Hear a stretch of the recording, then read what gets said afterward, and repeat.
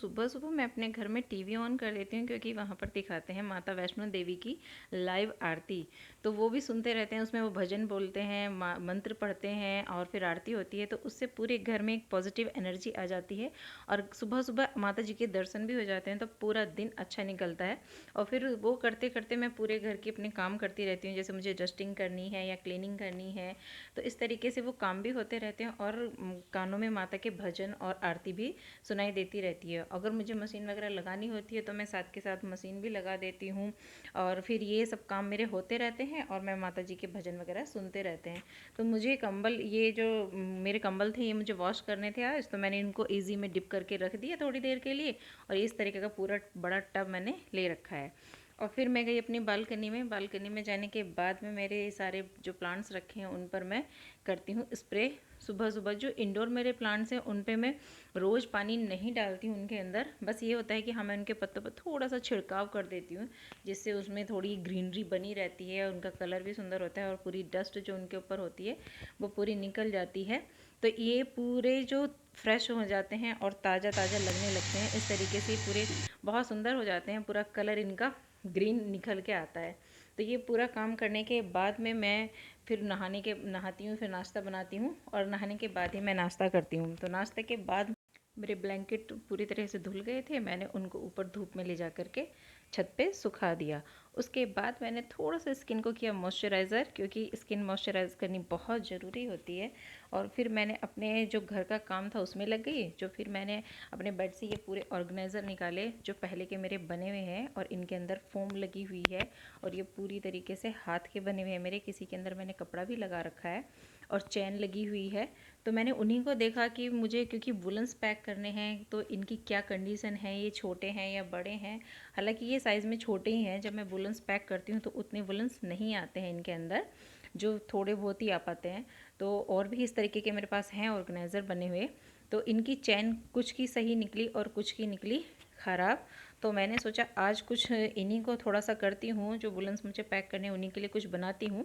तो मैंने जो मेरे पास ये पुरानी कुर्तियाँ थी और कपड़े थे वो मैं लेके आई निकाल करके, और फिर मैंने, मेरे पास ये थे जो राइस बैग होते हैं, आप देखते हैं कि बड़े बड़े जो राइस बैग होते हैं वो 25 किलो वाले जो आते हैं वो मैं ख़रीद लेती हूँ, क्योंकि पूरे काफ़ी 6-7 महीने वो चल जाते हैं, तो मैं पूरा ख़रीद लेती हूँ।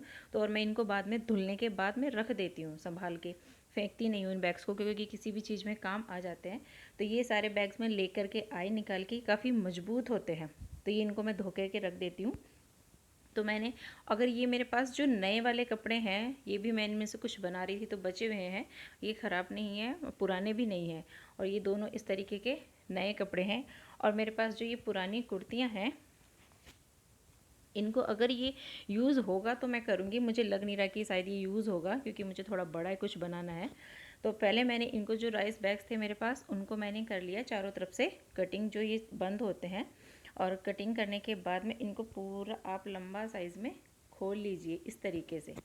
खोलने के बाद में दूसरा बैग था, उसको भी मैंने इस तरीके से कटिंग कर लिया, और अपने साइज़ के अनुसार जितना आपको बड़ा बनाना है उसके आप कटिंग कर लीजिए। और फिर साइड में लगाने के लिए इसमें से मैंने कर लिए लंबी चौड़ी सी पट्टियाँ कटिंग। जितना साइज़ वो आप अपने हिसाब से रखिए, इस तरीके से पट्टियाँ कटिंग कर लीजिए। और इन पट्टियों को कटिंग करने के बाद में जो मेरे पास कपड़ा था उसको भी मैंने डबल फोल्ड किया, और उसके लिए भी जो ऊपर वाले पीस थे, ये जोड़े वाले जो पीस मैंने बनाए थे, वो एक साथ कटिंग हो गई, क्योंकि डबल करने से कपड़ा एक साथ कटिंग हो जाता है और काम भी जल्दी हो जाता है। तो इसलिए मैं कपड़ा डबल करके ही पट्टियाँ भी इसकी मैंने लंबी वाली कटिंग कर लूँगी, और वो भी जल्दी से कटिंग हो जाएंगी। और फिर उसके बाद मुझे इसके जो बैक में कपड़ा लगाना है वो वाला भी मैं कटिंग कर लूँगी। जो इस तरीके से मैंने ऊपर वाले कपड़े कटिंग किए थे, उसी तरीके से मैं नीचे के लगाने के लिए इसका कपड़ा कटिंग कर लूँगी। तो ये भी 2 पीस एक साथ में कटिंग हो गए, और इसकी भी जो पूरी लंबी वाली पट्टियाँ थी इसको भी मैंने डबल करके एक साथ कटिंग कर लूँगी। कटिंग करने के बाद में मुझे रखना है पहले नीचे वाला कपड़ा, फिर उसके ऊपर बीच में बैग, और बैग के ऊपर जो मुझे ऊपर कपड़ा लगाना है वो रखना है। और रखने के बाद में मैं इसको कर लूँगी कच्चे धागों से, कच्चा कर लूँगी, मतलब सॉरी, सुई से कच्चा कर लूँगी, क्योंकि कच्चा करने से ये होता है, एक तो ये तीनों लेयर अटैच हो जाएंगी और फिर ये सिलने में आसान हो जाएगा। और कच्चा करने के बाद ये मेरे सारे पीस हो गए रेडी। और नीचे, और फिर मेरे पास ये पड़े थे कैरी बैग, जो शॉपिंग बैग होते हैं आजकल, ये वाटर प्रूफ होते हैं और ठीक ठाक मजबूत भी होते हैं। तो मैंने इनको निकाला और फिर इसके बाद में इसके जो एक्स्ट्रा पार्ट थे मैं उनको कटिंग कर लूँगी। और ये मेरे पास काफ़ी सारे पड़े हुए हैं क्योंकि हर चीज़ में आजकल यही मिल रहे हैं और ये ठीक मजबूत भी होते हैं और वाटर प्रूफ होते हैं। तो मैंने छोटे बैग में से जो इसके चारों तरफ मैं बड़ी पट्टी लगाऊंगी चौड़ी, उनको मैंने कटिंग कर लिया है। तो ये 2-3 बैग में से यूज़ हो गया था मेरा। इस तरीके से ये साइड में मैं पट्टी लगाऊंगी। अब ये मेरे चौड़े वाले पीस कटिंग हो गए हैं और साइड की पट्टियाँ भी कटिंग हो गई है। और फिर इनको रख करके मैं इसके ऊपर लगाने वाला कपड़ा भी कटिंग कर लूँगी। वो भी मैं डबल करके कटिंग करूँगी, तो एक ही बार में कपड़े सारे मेरे कटिंग हो जाएंगे। और फिर मुझे उसके बाद में, ये कटिंग करने के बाद में मुझे इसके भी नीचे एक और लेयर कपड़ा लगाना है। तो उसको भी मैं इसी तरीके से सारी पट्टियाँ रखने के बाद कटिंग कर लूँगी। अब मुझे इसमें थोड़ा सा इसको अटैच करने के लिए डिज़ाइन बनाना है सेल्फ, तो मैं उसमें निशान लगा लूँगी, सीधी सीधी लाइनिंग का निशान लगा लूँगी। और मैं फिर उनको मशीन से उन्हीं लाइनिंग के ऊपर मशीन चला दूँगी, तो जिससे ये एक जगह अटैच भी हो जाएगा और मजबूत भी हो जाएगा। क्योंकि ये थोड़ा सॉफ्ट होता है, इतना वो नहीं होता है, तो इसलिए मैंने ये बना ली। पट्टियों में भी लाइनिंग सिर्फ 2 सिलाई मैंने चलाई थी। अब जो इसके ये चौड़े वाले पीस थे उसमें मुझे लगानी है पाइपिंग। जो मैं ऊपर पीस रखूँगी उसमें मुझे पाइपिंग लगानी है 3 तरफ। तो मैं 3 तरफ पाइपिंग लगा लूँगी और एक तरफ छोड़ दूँगी। इस तरीके से पाइपिंग को अगर आप लगा रहे हो तो हमेशा डबल करके लगाइए, तो वो जल्दी से बन भी जाएगी और फिनिशिंग से बनती है। इस तरीके से देखिए, किनारे उसमें धागे नहीं निकलते, तो फिनिशिंग से बनती है। तो मैं जब भी पाइपिंग लगाती हूँ डबल करके ही लगाती हूँ।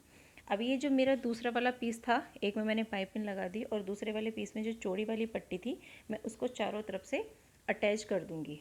तो ये चारों तरफ से मुझे इसमें सिलाई चला देनी है और इसमें साथ के साथ मैं क्या करूँगी, इसमें पाइपिंग भी लगाती जाऊँगी।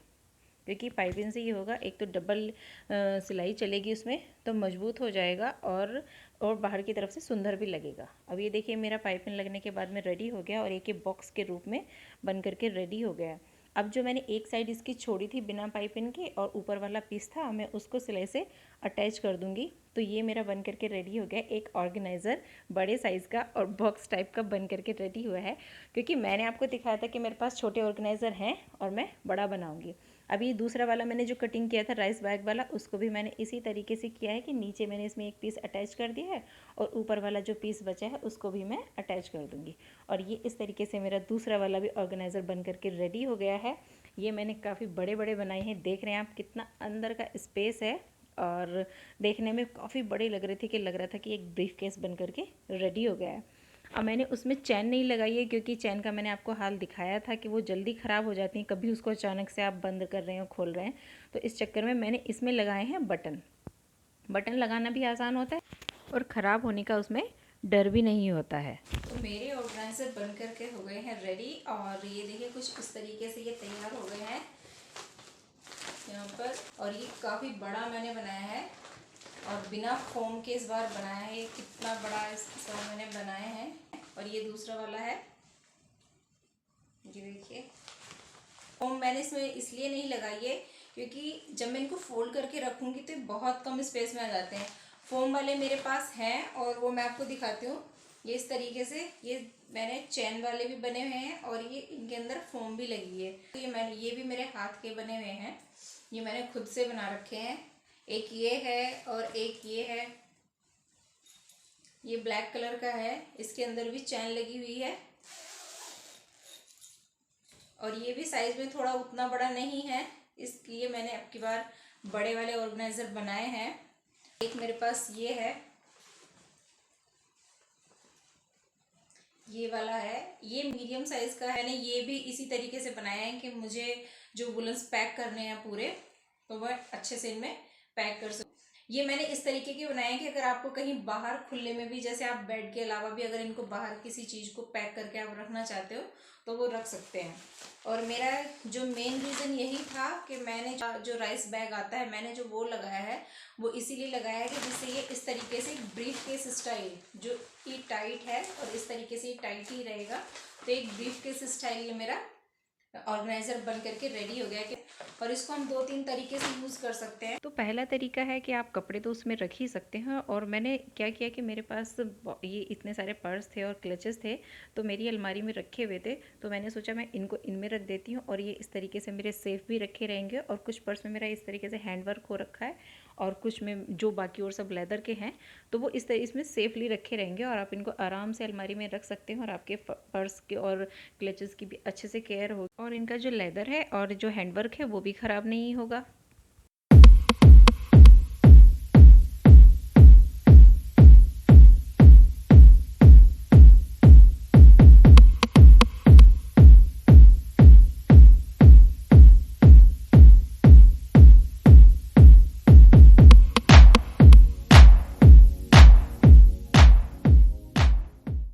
और इसमें कपड़े रखने के बाद मेरा मन खुश हो गया, क्योंकि इसमें बहुत सारे कपड़े आ गए थे, सारे वुलन्स मेरे आ गए थे, ज़्यादातर मेरे मेरे जो कपड़े थे वो आ गए थे।